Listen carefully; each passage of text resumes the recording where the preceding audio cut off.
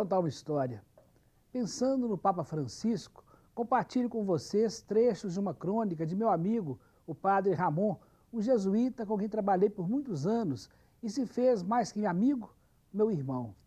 No seu blog Terra Boa, ele comentava o primeiro mês do Papa Francisco. E dizia: no dia 13 de março de 2013, o Papa Francisco, aos 76 anos, começou o seu ministério petrino. Desde então, assistimos surpresos a gestos que não estávamos acostumados a ver. Os profundos discursos teológicos de Bento XVI deram lugar aos gestos simples e carinhosos do Papa Francisco, que, sem necessidade de intérpretes, todos entendiam e apreciavam. Em pouco tempo, ganhou o coração dos romanos e dos estrangeiros. Francisco, o Papa jesuíta e argentino, começou a romper o velho protocolo vaticano já desde o início, quando apareceu à vista de todos no balcão central da Basílica de São Pedro. Após a expectativa, a alegria anunciada. Nos dias que se seguiram, pouco a pouco, algumas inovações foram sendo introduzidas, trazendo preocupação constante para a Cúria Romana e felicidade quase geral do povo católico. Primeiro, a escolha do nome, a procedência. Francisco foi o nome escolhido, referência àquele santo pobre e dos pobres, que deixou louco seu pai, Pietro de Bernardone, e encantados os habitantes de Assis. Ninguém esperava que esse jesuíta, o único jesuíta presente no conclave e vindo da distante Buenos Aires, fosse capaz de começar um estilo novo, mais semelhante ao Evangelho de Jesus do que com a pompa do César romano. Francisco quer uma igreja pobre e para os pobres. Ele continuou a viver na casa de hóspedes de Santa Marta e não no luxuoso apartamento pontifício onde residiram os papas desde 1903. Francisco disse que é por enquanto, pois assim não ficará tão isolado e podemos acrescentar, nem ficará à mercê dos bajuladores de sempre. O Papa Francisco faz suas refeições com os religiosos que ali se hospedam e suas missas são abertas ao público do Vaticano, colocando em polvorosa a equipe de segurança. Outra novidade, ele se coloca primeiro como bispo de Roma e depois, consequentemente, como Papa. Essa simples postura ajudará muito mais o ecumenismo que todos desejamos e que se encontrava faz tempo paralisado. Nada impedirá agora aos bispos de outras igrejas pedirem carta de comunhão com a sede apostólica de Roma, mantendo também suas tradições seculares e até milenares. O protocolo tem que estar a serviço da caridade.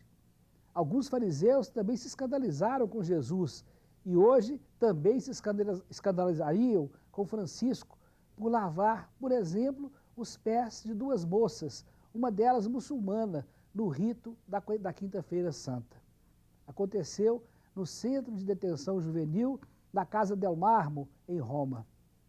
E o trono pontifício?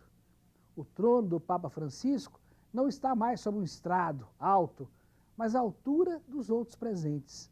Essa simplicidade é notável também na sua batina, na cruz simples que leva sobre o peito e daqueles sapatos pretos que sempre usou. O Papa Francisco, afinal, se parece conosco. O ministério não deve fazer de ninguém um mistério, mas um servidor. Assim, o novo e velho Papa gesticula, beija, abraça e sorri. Deixou de lado o Papa móvel e se movimenta entre os fiéis da Praça de São Pedro num jipe aberto. Desce para cumprimentar o povo, sobretudo crianças e deficientes. Mais uma vez, os serviços de segurança do Vaticano entram em pânico. No dia que completou um mês de pontificado, o Papa Francisco anunciou a indicação de uma comissão de cardeais para aconselhá-lo no governo da Igreja e na reforma da Cúria Romana. Os nomeados representam todos os continentes e seu perfil é nitidamente aberto e avançado.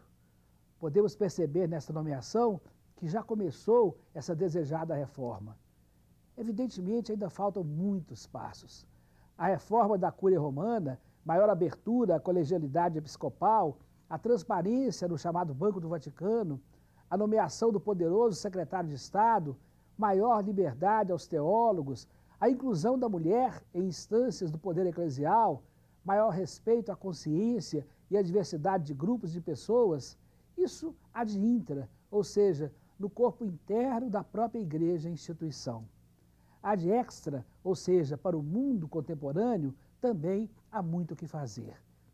Posicionamentos e gestos políticos significativos sobre a paz mundial, apoio à reformulação desse sistema de capitalismo selvagem que ainda marginaliza populações inteiras, a luta pelo meio ambiente, apoio às políticas públicas mais transparentes, éticas, constantes e eficientes.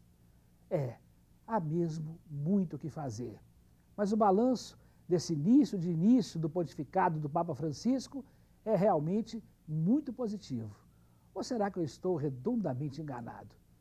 O que pensa sobre isso o querido telespectador, a querida telespectadora? Daqui a pouco eu conto mais uma história.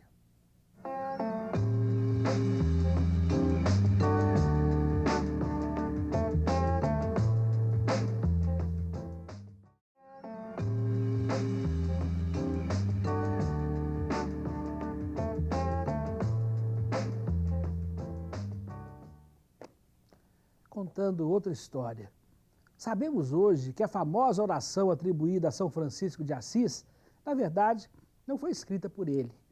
É de data mais recente. Mas todos concordam que, tendo em vista o espírito e o tom do texto, o pobre de Assis não teria nenhuma objeção a ela e assinaria sem ressalvas a sua autoria.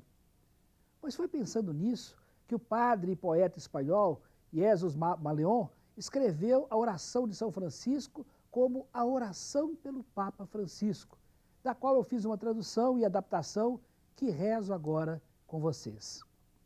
Senhor, que o Papa Francisco seja um instrumento de vossa paz, onde há arrogância, que ele leve a humildade, onde há pompa e luxo, que ele leve pobreza e simplicidade, onde há desejo de poder, que ele escolha e eleja aqueles que preferem o serviço, aqueles que sabem amar e defender a criação e as criaturas como um presente e um dom de vossas sábias, amorosas mãos.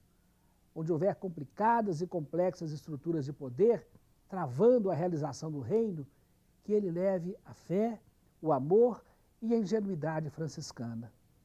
Onde houver excessiva solenidade e arrogância, que ele leve o bom senso e o bom humor. Onde há indiferença e dureza, que ele leve a ternura. Onde há uma enxurrada de documentos frios, pomposos e distantes do vosso povo, que ele leve palavras que cheguem ao coração. Onde há gestos de desconfiança, que ele leve a misericórdia. Quando a ameaça da ruína pairar sobre a igreja, que ele corra a buscar o gesto capaz de reconstruir a esperança.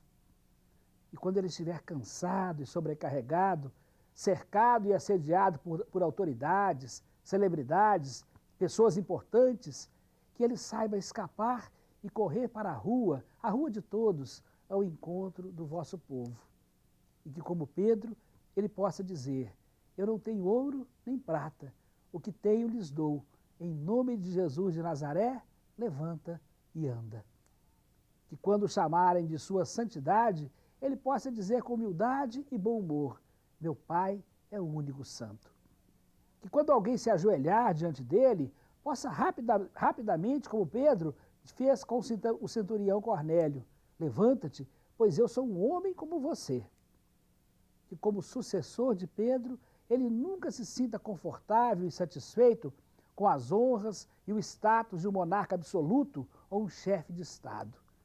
Que ele nunca ceda à ideia de pensar que grandes problemas são resolvidos com documentos pomposos, longos e eruditos, mas que quase ninguém lê, mas com o ensinamento e o exemplo a seus próprios irmãos. Que ele se despoje aos poucos de todos os títulos honoríficos e assuma também aos poucos o título de servo dos servos de Deus. Senhor, fazei um instrumento de colegialidade e colaboração com todos os apaixonados e responsáveis pelo vosso reino. Que o Papa Francisco seja o condutor da vossa igreja na busca incansável pela unidade de todos os povos e entre todos os que creem em Jesus de Nazaré. Fazei do Papa Francisco um instrumento de vossa paz, do vosso amor, da vossa misericórdia, para a Igreja e para o mundo. Amém.